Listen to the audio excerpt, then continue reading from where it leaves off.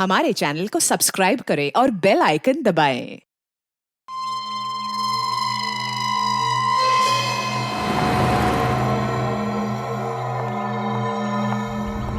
Shopping करने का असली मजा तो सेल में आता है। अब एक हफ्ते की छुट्टी।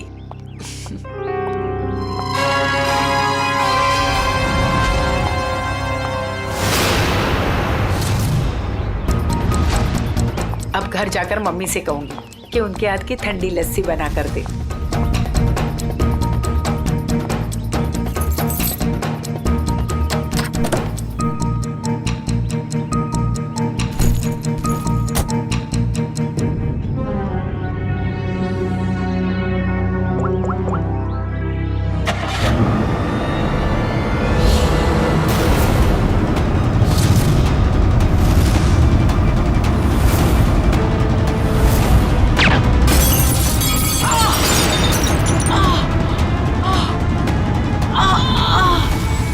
सर, आज आपके लिए बहुत ही बड़ा दिन। आज आपको बिजनेसमैन ऑफ द ईयर का अवार्ड मिलने वाला है।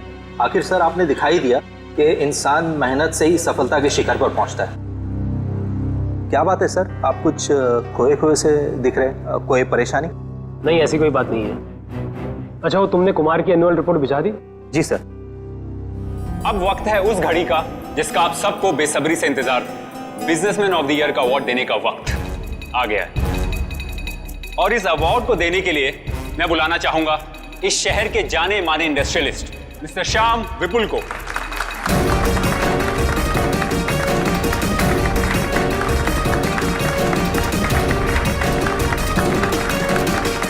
जैसा कि आप सभी जानते हैं, इस साल के बिजनेसमैन ऑफ द ईयर हैं मिस्टर विराज।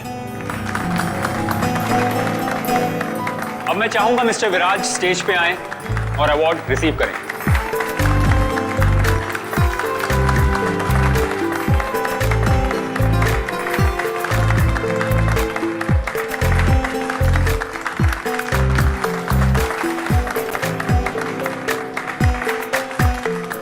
अब मैं चाहूंगा मिस्टर विराज हमारे लिए दो शब्द कहें।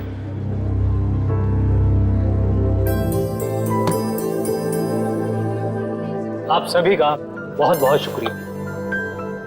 मैं सिर्फ इतना कहना चाहूंगा कि इंसान अगर चाहे तो मेहनत और ईमानदारी के बल पर जिंदगी में कुछ भी हासिल कर सकता है। इस अवार्ड को जीतने का श्रेय मैं अपने बहुत ही खास साथी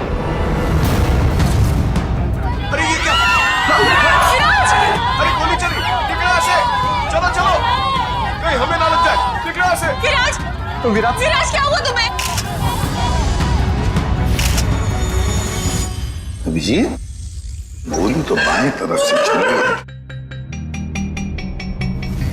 बस इसका मतलब गोली चलाने वाला इसके सामने नहीं खड़ा था, साइड से गोली चलाई इसने।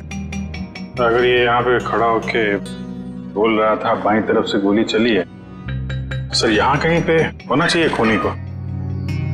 हाँ, पर यहाँ पर तो दीवार है अभिजीत, मतलब खूनी दीवार के सामने खड़ा था इन सारे लोगों के बीच में। किसी ने तो सुना होगा, देखा होगा गोली चलाते वक्त।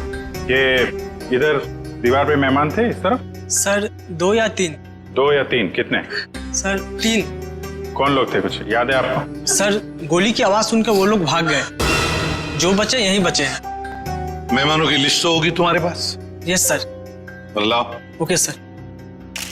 वैसे आप लोगों ने देखा किसी को गोली चलाते हुए? नहीं सर।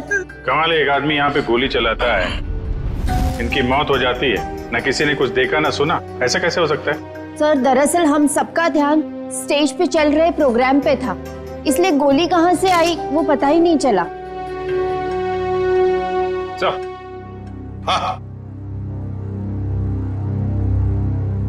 हाँ सुजीत, यहाँ पे सारी क्लासेस बिल्कुल ठीक ठाक है, लेकिन इस क्लास पे क्रैक है। अभिजीत, ग्लास में क्रैक है, मगर ग्लास खड़ा का खड़ा ही गिरा नहीं है। ऐसा क्रैक तो तभी आएगा सर, ये ग्लास किसी से टकराए या फिर कोई बहुत जोर की आवाज हो ग्लास के पास। जरूर ये आवाज गोली चलने की है, और वो गोली इसी ग्लास के करीब से ही चली है। अंके, हाँ आजा।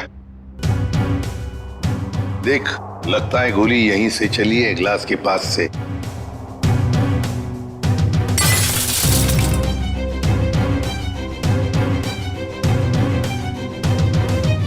बॉस, देख करके तो ऐसा ही लगता है कि गोली यहीं से चली है। फिर भी 100% श्योर होने के लिए मैं अच्छी तरह से चेक कर लेता हूँ। चेक कर ले।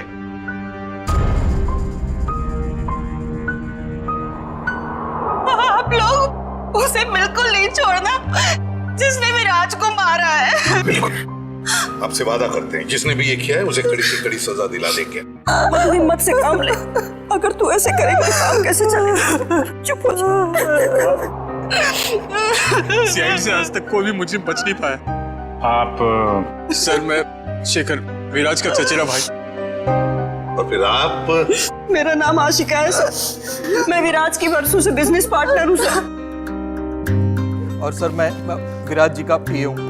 तो फिर आप में से किसी को भी किसी भर भी शक है किसने किया होगा ये? नहीं सर, उनकी तो किसी से कोई दुश्मनी नहीं थी। नहीं, दुश्मनी तो थी, नहीं तो कोई खून क्यों करेगा? सर मैं कुछ कहना चाहता हूँ।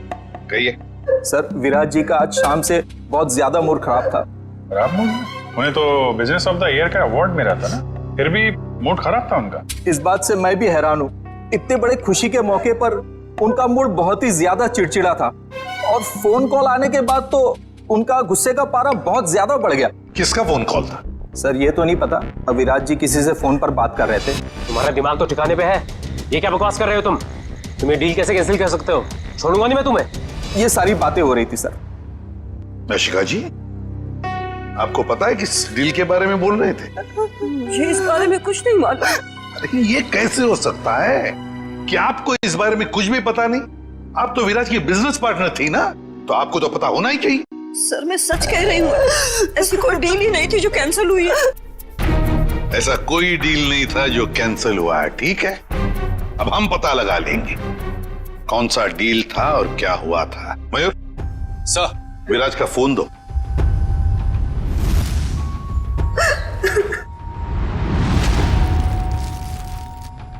देखो जरा, आखिरी फोन।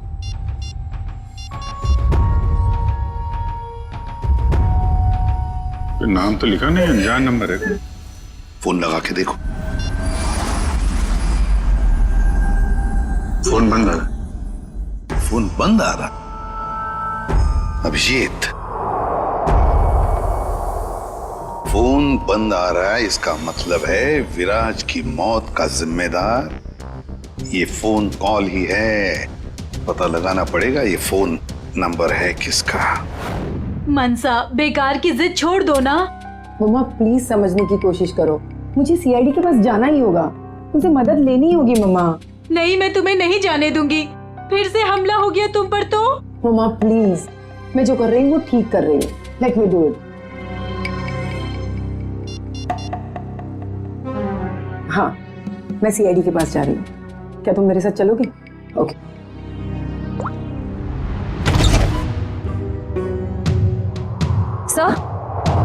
सर, मोबाइल कंपनी वालों से पता चला है कि वो नंबर किसी अर्जुन के नाम पे रजिस्टर्ड है, जो बगोदिया बस्ती में रहता है। लेकिन उसके घर वालों ने बताया कि अर्जुन तो 5 साल पहले मर चुका है। क्या?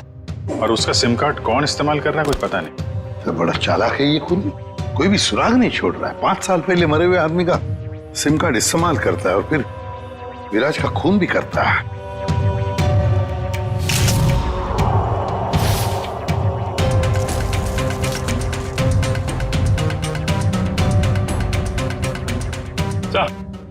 हाँ। ये देखिए सर, ये देसी कट्टा मिला है इसमें से। लगता है खूनी भागते वक्त गलती से यहाँ गिरा गया। अजीब खूनी है सर, भाग गया लेकिन हथियार यहीं छोड़ गया हमारे लिए। सर प्लीज हमारी मदद कीजिए, हम बहुत बड़ी मुसीबत में हैं सर। एक मिनट, कौन है आप लोग? सर मेरा नाम मनसा है और ये मेरे बिजनेस पार्टनर है अमन। अच्छा, क्या हुआ बताइए। सर, हमें किसी ने मारने की कोशिश की है सर, हमारी जान पे हमला हुआ है। किसने किया हमला तुम लोगों पर? कौन, जानते हो आप लोग? सर कुछ नहीं पता है और समझ में नहीं आता है कि हमें मारकर किसे फायदा होगा। देखिए प्लीज आप घबराइए मत, हम लोग पता लगा लेंगे। अच्छा ये बताइए कि जब आप पे हमला हुआ तो क्या आप लोग साथ साथ थे? नहीं सर, अलग अलग जगहों पे हमला हुआ। मुझ पे मेरे ऑफिस में और मंशा पे शॉपिंग मॉल के पार्किंग लॉट में हुआ सर। जी सर, कल दोपहर को करीब 12 और 1 के बीच में। कल दोपहर को? और आप लोग आज हमारे पास आए हैं? आज? कल क्यों नहीं आए? सर हम घबरा रहे थे सर, बड़ी मुश्किल से हम हिम्मत बटोर के आपके सामने आए सर। अच्छा, जिन लोगों ने आप पे हमला किया उनके चेहरे तो देखे होंगे ना आप लोगों ने? सब कुछ इतना जल्दी हुआ कि मैं ठीक से कुछ देख भी नहीं पाई। और ये देखिए, गोली मेरे बाजू में लगी। बड़ी अजीब बात है, गोली चलाने वाले ने देखा तक नहीं कि गोली निशाने पर लगी है या नहीं। सर अच्छा ही हुआ कि उसने नहीं देखा, वरना शायद आज मैं आप लोगों के सामने जिंदा नहीं खड़ी होती। सर जरूर ये किसी अनाड़ी का काम है, क्योंकि अगर प्रोफेशनल होता तो ऐसी गलती बिल्कुल नहीं करता। अमन, क्या तुम पर भी गोली चली थी? सर मेरे साथ जो हुआ वो तो बहुत ही ज्यादा अजीब था सर।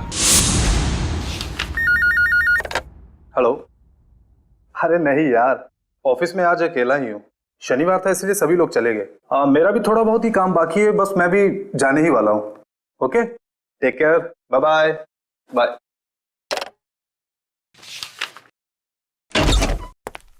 अरे ऑफिस में इस वक्त कौन हो सकता है?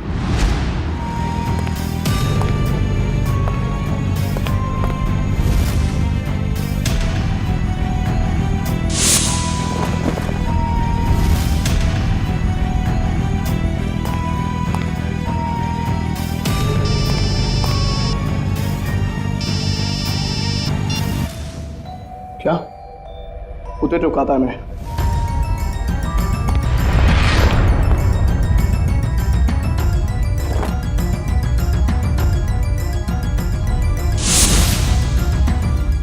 सर गोली मारने वाला बिना गोली मारे ही चला गया। वही तो। सर ये तो बहुत अजीब है। सर जो कुछ भी हुआ, कम से कम मेरी जान तो बच गई सर। नहीं, ये तो बड़ी अच्छी बात हो गई। अब आप लोग हमारी एक मदद कीजिए उनका स्केच बनवाने में। सर स्केच तो बनवा देंगे, मगर ब्यूरो से बाहर जाने से डर लग रहा है सर। कहीं फिर से हम पे हमला हुआ तो? अब आप पर कोई हमला नहीं कर सकता। अब आप लोगों की सुरक्षा की जिम्मेदारी हमारी है। एक बात समझ में नहीं आ रही है, मंशा पर गोली चलाने वाला करीब से गोली चलाता है मंशा पर जानलेवा गोली नहीं चलाता, और जो अमन पर गोली चलाने गया था वो बिना गोली चलाए वापस चला जाता है। ऐसा क्यों? नहीं नहीं नहीं, ये कुछ अलग ही चक्कर है। सर ये रहा स्केच। Thank you. जाओ। आपको पूरा यकीन है यही लोग हैं वो? हाँ सर, लगभग ऐसे ही थे। ठीक है, थैंक यू वेरी मच। अब आप लोग जा सकते हैं, लेकिन निश्चिंत रहिए, आपकी सुरक्षा के लिए हमारे सीआईडी ऑफिसर्स तैनात रहेंगे। Thank you. Thank you sir. Shreya, देखो क्या ये दोनों पुराने पापी है क्या?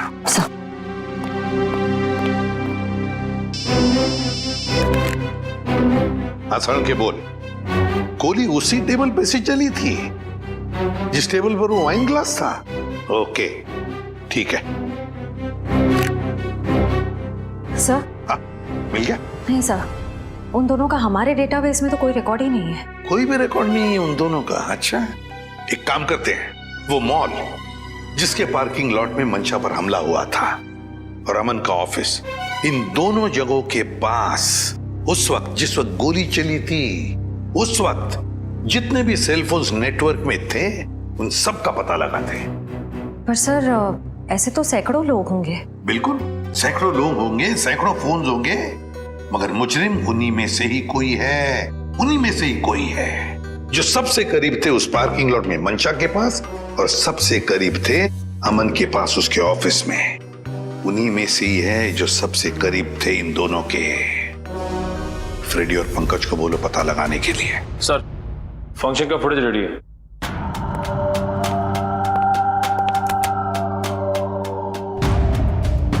निखिल, अब जूम करो उस टेबल पर जहां से गोली चली थी।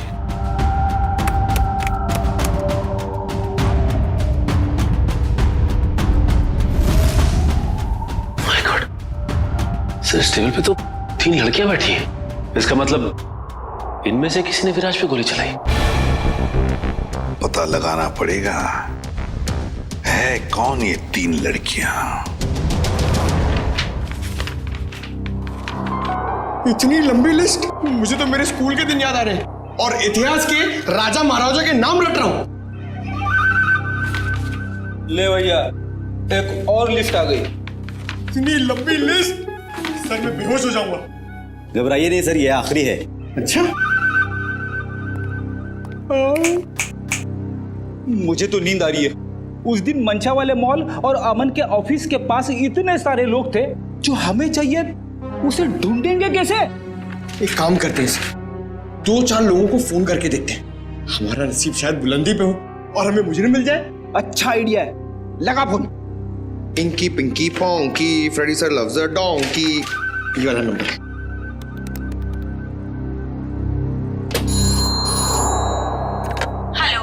हेलो, क्या नाम है आपका मैडम?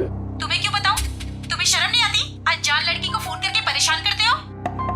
अरे नहीं मैडम, आप समझ नहीं रही हैं। अगर तुमने मुझे दोबारा फोन किया ना तो मैं सीआईडी को कंप्लेंट कर दूंगी। मैं खुद सीआईडी से हूँ और मैं इंडियन क्रिकेट टीम की कैप्टन हूँ। खबरदार जो फोन किया दोबारा। अरे मैडम, आप समझ क्यों नहीं रही हैं? मेरे पति ने कहा ना तुमसे मुझे फोन करके परेशान करने के लिए। जाओ जाके कह दो उसे, मैं 1 पैसा दहेज नहीं देने वाली। दहेज? अबे क्या हुआ पंकज? दहेज का नाम सुन के तेरे पूरे शरीर में 440 वोल्ट का करंट क्यों दौड़ने लगा? अरे सर मत पूछिए, दहेज ही तो मेरी दुखती रग है सर। मेरा पुराना जख्म हरा हो गया। मैं कुछ समझा नहीं। सर आप तो जानते ही हैं, मेरे स्कूल के और कॉलेज के जितने भी फ्रेंड्स हैं सबकी शादी हो चुकी है। मैं ही अकेला बचा हूं कुंवारा। पता है क्यों? क्यों? इस दहेज की वजह से। पंकज, एक सीआईडी ऑफिसर होने के बावजूद भी तुझे दहेज चाहिए? ठीक, कितनी शर्मनाक बात है ये। रुक, मैं अभी एसीपी साहब को फोन करता हूँ। अरे एसीपी सर को क्यों फोन कर रहे हो? मेरी बात तो सुनो, मैं दहेज नहीं मांग रहा हूँ, लड़की वाले दहेज मांगते हैं। मुझसे कहते हैं जब तक मैं दहेज नहीं दूंगा लड़की से मेरी शादी नहीं कराएंगे। इसलिए तो दहेज का नाम सुनते ही मेरे पसीने छूट जाते हैं सर। तू चिंता मत कर पंकज, जो लड़की तुझे सच्चा प्यार करेगी वो सिर्फ तेरा दिल देखेगी, दहेज या पैसा नहीं, समझे? सच्ची सर? हाँ। अब चल, अब ये शादी के सपने देखना बंद कर और काम पे लग जा। काम पे लग जा? लिस्ट इतनी लंबी है। अबे रो क्यों रहा है? चल एक काम करते, देखते हैं इन सारे नंबरों में से ऐसे कौन से 2 नंबर है जो मंशा वाले मॉल और अमन के ऑफिस के सबसे करीब है। देखिए सर,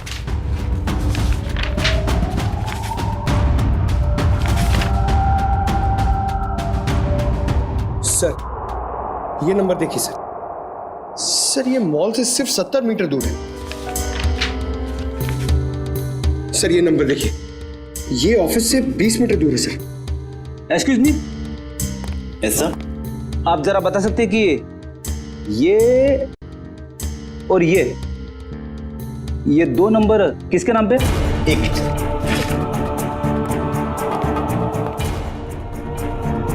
सर अगर आपकी नजर में कोई सुंदर सुशील प्यारी सी लड़की होगी ना सर, तो मुझसे मिलवा दीजिएगा सर।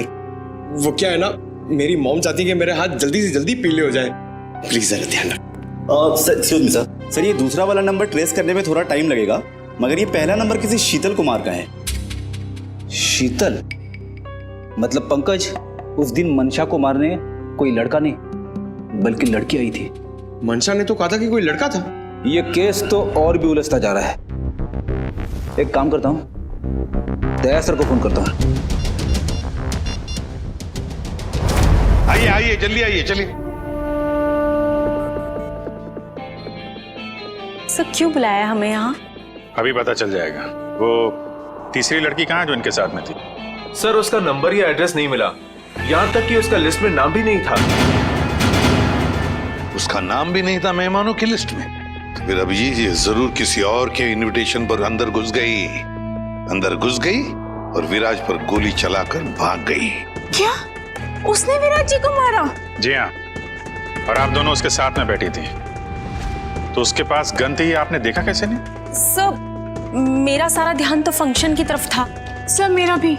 वाह, तुम दोनों का फंक्शन की तरफ इतना ध्यान था कि तुम्हारे बगल में बैठी हुई लड़की अपना गन निकालती है, निशाना साधती है और गोली चलाकर भाग जाती है, इसका तुम्हें पता भी नहीं था। कैसे मान सकते हैं हम ये? चलिए बताइए, और क्या याद आता है उस लड़की के बारे में? सर उसने एक बड़ा सा बैग रखा था टेबल पे और शायद इसीलिए हमें गन नहीं दिखी। कहाँ पर? सर वो जो टेबल है ना, उस पे जो फूलों का गुलदस्ता पड़ा है, उसी के पास। और वाइन का गिलास बैग के बगल में ही था? जी सर था, और वो उस बैग के साथ कुछ छेड़खानी भी कर रही थी। जरा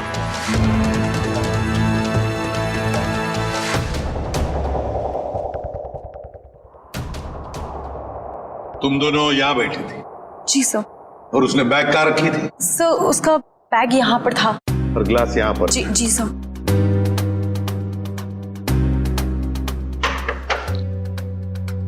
मतलब अभिजीत बैग के अंदर गन छुपा कर रखी थी।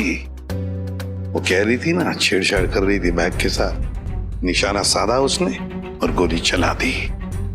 सर उसका चेहरा तो हम देख ही चुके हैं, उसकी फोटो टेलीविजन और अखबारों में दे दें सर? हाँ, मगर उससे पहले अभिजीत सीसीटीवी फुटेज चेक करो।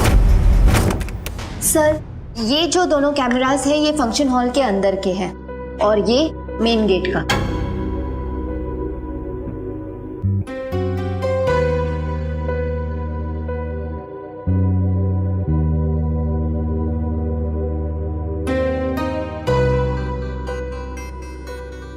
तो काफी देर से आई फंक्शन में। अब जरा ये मेन गेट वाला दिखाना।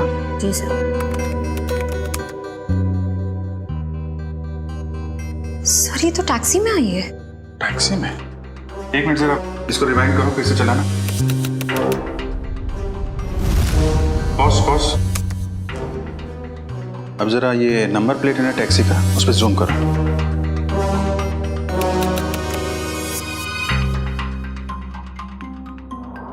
टैक्सी कंपनी से पता करो कहां से बैठी थी ये इस टैक्सी में। जी हाँ, मैं उसी टैक्सी की बात कर रहा हूँ, VWJA 3856। जी हाँ, 23 नवंबर की रात लगभग 8 बजे के आसपास इस टैक्सी ने एक लड़की को तिरला ऑडिटोरियम पहुंचाया। देखिए इस लड़की की सारी डिटेल चाहिए हमें। जी हाँ, खून का मामला है। क्या कहा टैक्सी कंपनी ने? सर कंपनी वाले सारी डिटेल्स ईमेल कर रहे हैं सर। ओके, टैक्सी कंपनी का ईमेल आ गया।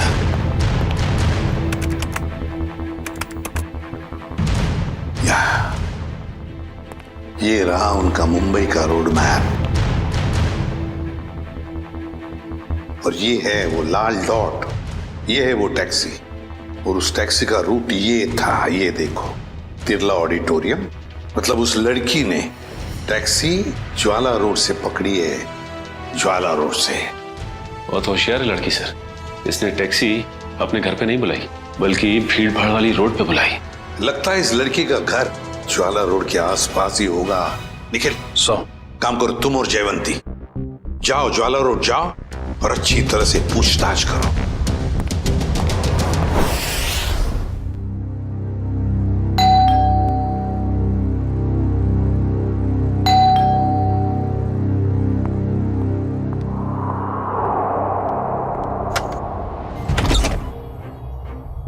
शीतल? क्या? शीतल तुम हो ना? आप लोग क्या कह रहे हैं? ये हेडफोन्स निकालोगी तब सुनाई देगा। I am so sorry. आप लोग तीनों दीपा के कजिन्स हैं राइट? मैं आप लोग का ही वेट कर रही थी। हम लोग कोई कजिन वजन नहीं है, हम लोग CID से हैं। CID? सर सब कुछ ठीक है ना? शनिवार दोपहर 3 बजे तुम मॉल में क्या कर रही थी? कौन सा मॉल? वही मॉल जो जवाहर नगर में है। सर मॉल, मैं कोई मॉल में थी नहीं और जवाहर नगर तो मेरे घर से काफी दूर है, मैं वहां जाती ही नहीं हूँ। देखो शीतल, ड्रामा करने की जरूरत नहीं है। अगर तुम जवाहर नगर नहीं गई थी तो तुम्हारा फोन वहां कैसे पहुंच गया? पर मेरा फोन तो गुम हो चुका है, मेरे पास है ही नहीं। आप लोगों को मिला क्या? ओह, तो फोन मिलने रहा है, बहाने अच्छे हैं, मगर CID के सामने ये सारे बहाने पिट जाते हैं, क्योंकि हमें यह भी पता है कि इस वक्त आपका फोन कहाँ है। यहीं पर है, घर पे, नेटवर्क यही बता रहा है। पर मेरे पास तो मेरा फोन है ही नहीं और नेटवर्क और सिग्नल, हाँ शायद हो सकता है कि मेरी काम वाली बाई ने चुराया हो। मैं उसे इनफैक्ट निकालने वाली थी काम से। अंदर कौन है? कोई नहीं, शायद चूहा होगा। चूहा? आप लोग कहाँ जा रहे हैं? आप लोग मेरी मर्जी के बगैर मेरे घर में नहीं जा सकते। सुनिए, आप लोग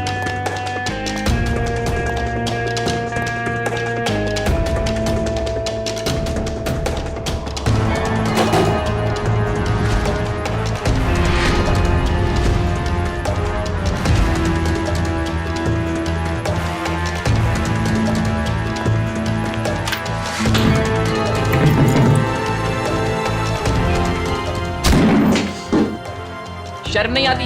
ऐसे कैसे अंदर घुसे चले आते हो? अब क्या करें, आदत से मजबूर है। क्या?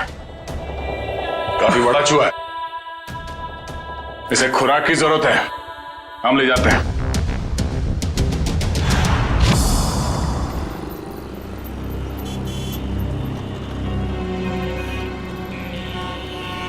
प्रॉम टैक्सी में यहां से बैठी होगी वो, लेकिन उसे टैक्सी यहां से क्यों पकड़ी होगी, कहीं और से क्यों नहीं?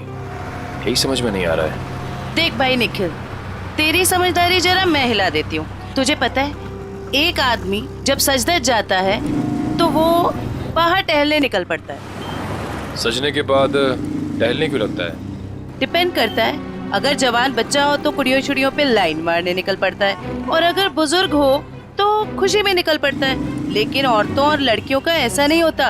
तुझे नहीं पता? नहीं। लड़कियों के बारे में कुछ तो पता होगा। वो कुछ भी नहीं पता? नहीं। शर्मा क्यों रहा है? नहीं वो देख, लड़की या औरत जब एक बार तैयार हो जाती है तो वो ज्यादा दूर तक नहीं जाती। मतलब नहीं जाती, जा ही नहीं सकती। मतलब ये कि वो जहाँ तैयार हुई है, टैक्सी भी उसने वही बुलाई होगी। मतलब घर के आसपास? बिल्कुल। देखा था ना वीडियो में, कितनी सजी धजी हुई थी। अब इतना मेकअप और लिपस्टिक उसने होटल में बैठ के नहीं किया, घर पे किया होगा। उसका घर यहीं कहीं आसपास होना चाहिए। अब एक बात मैं आपको बताता हूँ। लड़कियों के बारे में? नहीं, बंदा जा रहता है, अक्सर दवाई वगैरह वो यहाँ आसपास से लेता है। होशियार है तू। वो तो। चल ढूंढे उसे। Excuse me. जी? हमें कुछ चाहिए। प्रिस्क्रिप्शन दिखाओ। ये क्या है? ये प्रिस्क्रिप्शन है। ध्यान से देखो जरा। बात क्या है? देखो, हम सीआईडी से हैं। ये फोटो ध्यान से देखो और बताओ, तुमने पहले इसे कहीं देखा है? तो मेरी? ये तो मेरी। नहीं, मेरी कुछ नहीं लगती। ये तो वही है ना? अरे देखना, ये वही है ना? अरे हाँ, ये तो वही है 11 नंबर बंगले वाली। 11 नंबर वाली? हाँ, 11 नंबर पे रहती है, घर से फोन करती है। बहुत बार घर पे दवाई भेजी हमने इसकी। क्यों, बीमार है क्या? नहीं, हट्टी कट्टी है। 11 नंबर वाली।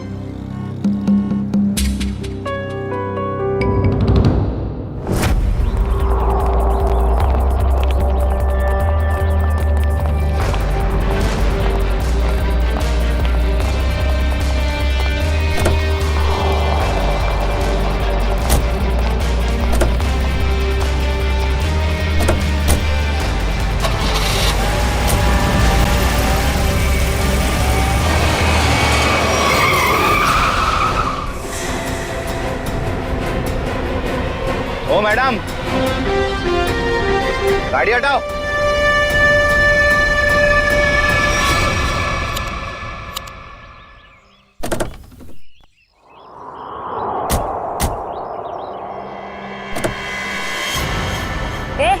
क्या बदतमीजी है? चल गाड़ी हटा।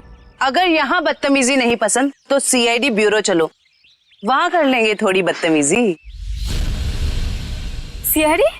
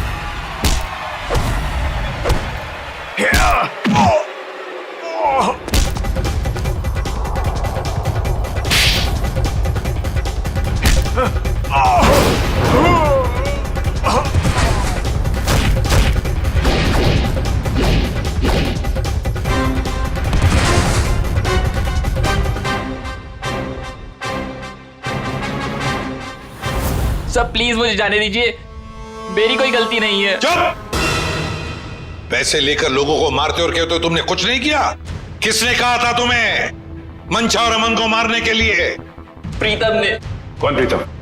वो बड़ी पार्टियों से सुपारी का कॉन्ट्रैक्ट लेता है और हम जैसे लोगों में बांट देता है।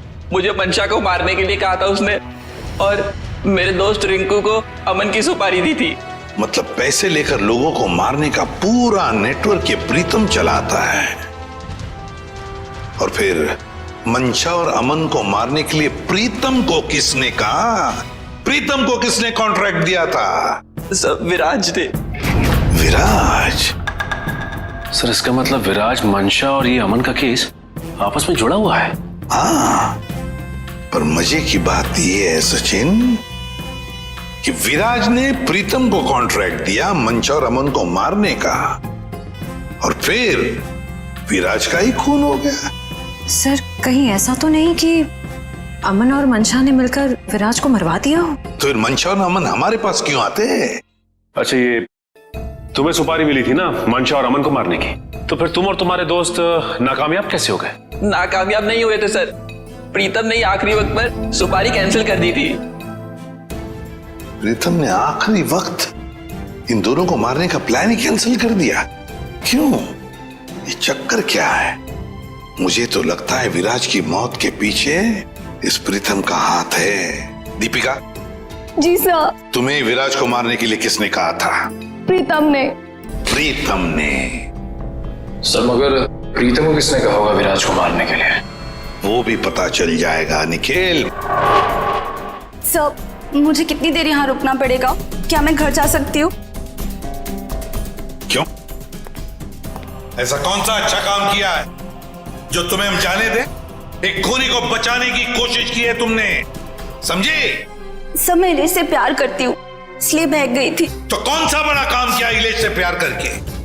इसे बचाने की कोशिश की तुमने, उसे तो सजा होगी, मगर तुम्हें भी होगी सजा। चले जाओ इसे। चलो। इलेश, तुम्हारे पास प्रीतम का नंबर और एड्रेस तो होगा ना? सर मेरी बात प्रीतम से कभी डायरेक्ट हुई नहीं, हमेशा उसकी सेक्रेटरी जिया से ही बात होती थी। दीपिका, तुम्हारे पास नंबर है प्रीतम का? नहीं, मेरी बात हमेशा उसकी सेक्रेटरी जिया से होती थी। तो फिर सेक्रेटरी जिया का नंबर दो हमें। सर कोई एक नंबर हो तो बताएं, हमेशा नए नए नंबर से फोन करती थी वो। और हाँ, किसे मारना है उसकी सारी जानकारी एक लिफाफे में डालकर घर के बाहर रखती थी। नए नए नंबरों से फोन करती थी।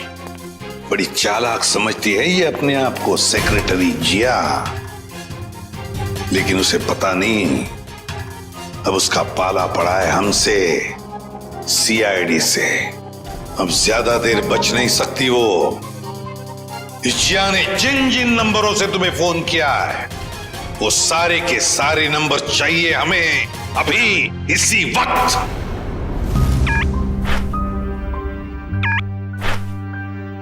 सर ये देखिए, शहर के नक्शे में जो लाल रंग के निशान दिखाई दे रहे हैं, जिया ने आज ये नंबर वहां इस्तेमाल किए हैं। ये है वो पहला नंबर जिया ने इस्तेमाल किया हुआ।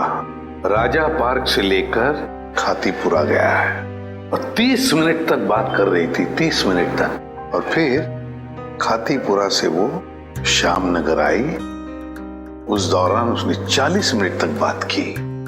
हाँ सर, और तीसरा नंबर उसने इस्तेमाल किया है श्याम नगर से क्वींस रोड के बीच, तकरीबन अब 1 घंटे बात की है सर। और उसके बाद अब ये क्वींस रोड से विद्यानगर की तरफ गई।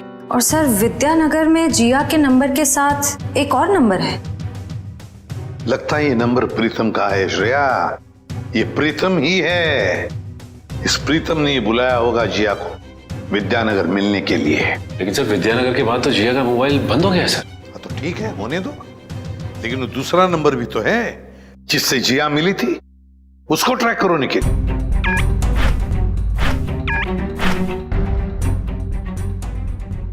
सर फिलहाल ये नंबर सिविल लाइन के किसी बंगलो में है, bungalow number 17। Civil Lines bungalow number 17। Jiya, तेरी साड़ी तो बहुत अच्छी लग रही है, कहाँ से खरीदी? स्पेशली ऑर्डर देके बनवाई है, डिजाइनर है। वाह जिया, तेरी चॉइस को तो मानना पड़ेगा। एक मिनट। मेरा एक बहुत पुराना दुश्मन है, मुझे उसे मरवाना है। दाम जो भी चल लग जाए। लगता है किसी आशिक का फोन आया है। मैं प्रीतम जी की सेक्रेटरी बोल रही हूँ। आपका संदेश उन तक पहुँचा दूंगी।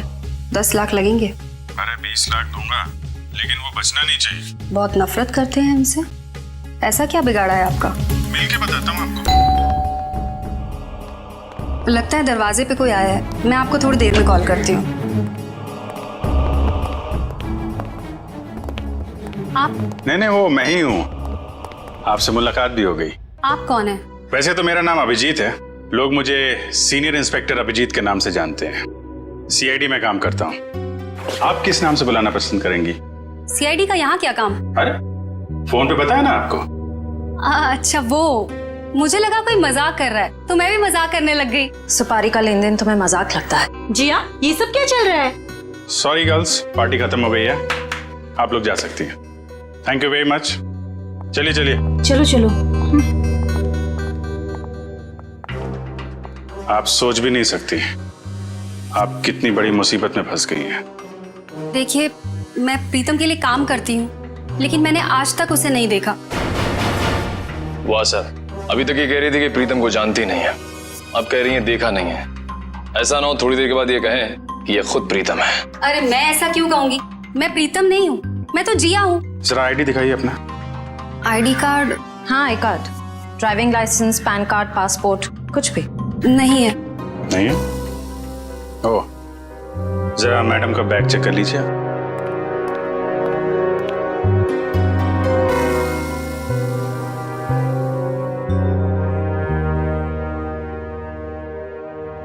सर, इस खूबसूरत चेहरे का नाम है प्रीतम योगिता। अच्छा, तो आप प्रीतम हैं? भाग के कहाँ जा रही हो? पहले अपने चेहरे का मेकअप तो करवा लो।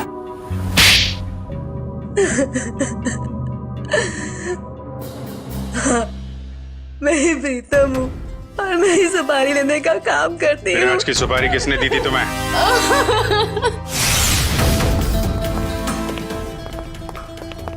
माफ कीजिएगा, ऐसे ही चले आए। क्या करते, काम बहुत जरूरी था। आपने दीपिका को गिरफ्तार कर लिया?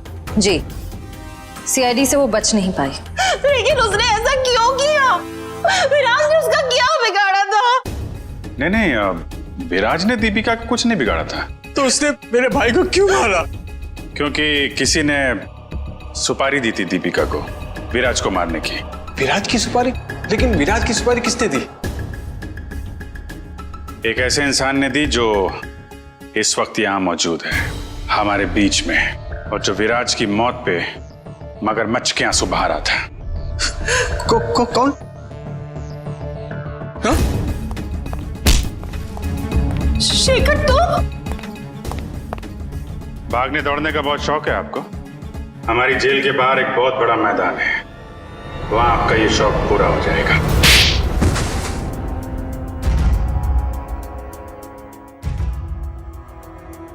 कहने के तो ये हमारा फैमिली बिजनेस था, लेकिन सच तो ये था कि पूरा कारोबार सिर्फ और सिर्फ विराज भैया चलाते थे।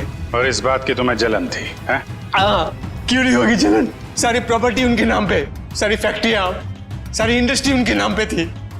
भिखारी जैसा महसूस करता था, इसलिए मैंने विराज भैया के प्रतिद्वंदियों अमन और मनसा के साथ हाथ मिला लिया। और तुम तीनों का एक ही मकसद था, विराज की बर्बादी। हाँ, जब विराज भैया को एहसास हुआ कि अमन और मनसा दिन दुगनी रात चौगनी तरक्की कर रहे थे, तो उन्हें बर्दाश्त नहीं हुआ, उन्होंने दोनों की सुपारी दे दी। और इसके पहले कि वो दोनों मारे जाते, तुमने वो सुपारी कैंसिल करवा के विराज की सुपारी दे दी। हाँ, तो क्या गलत किया मैंने? विराज भैया कौन से दूध के धुले हुए थे? हाँ, वो दूध के धुले नहीं थे, लेकिन तुम्हें उन्होंने एक छोटे भाई से ज्यादा अपने बेटे की तरह समझा था। तुमने जो किया है ना शेखर, उसका तो प्रायश्चित तक नहीं हो सकता। प्रायश्चित के लिए बहुत टाइम मिलेगा, जेल की सलाखों के पीछे फांसी का ऑर्डर आने तक। For more updates, subscribe to our channel, click the show links and enjoy watching the videos.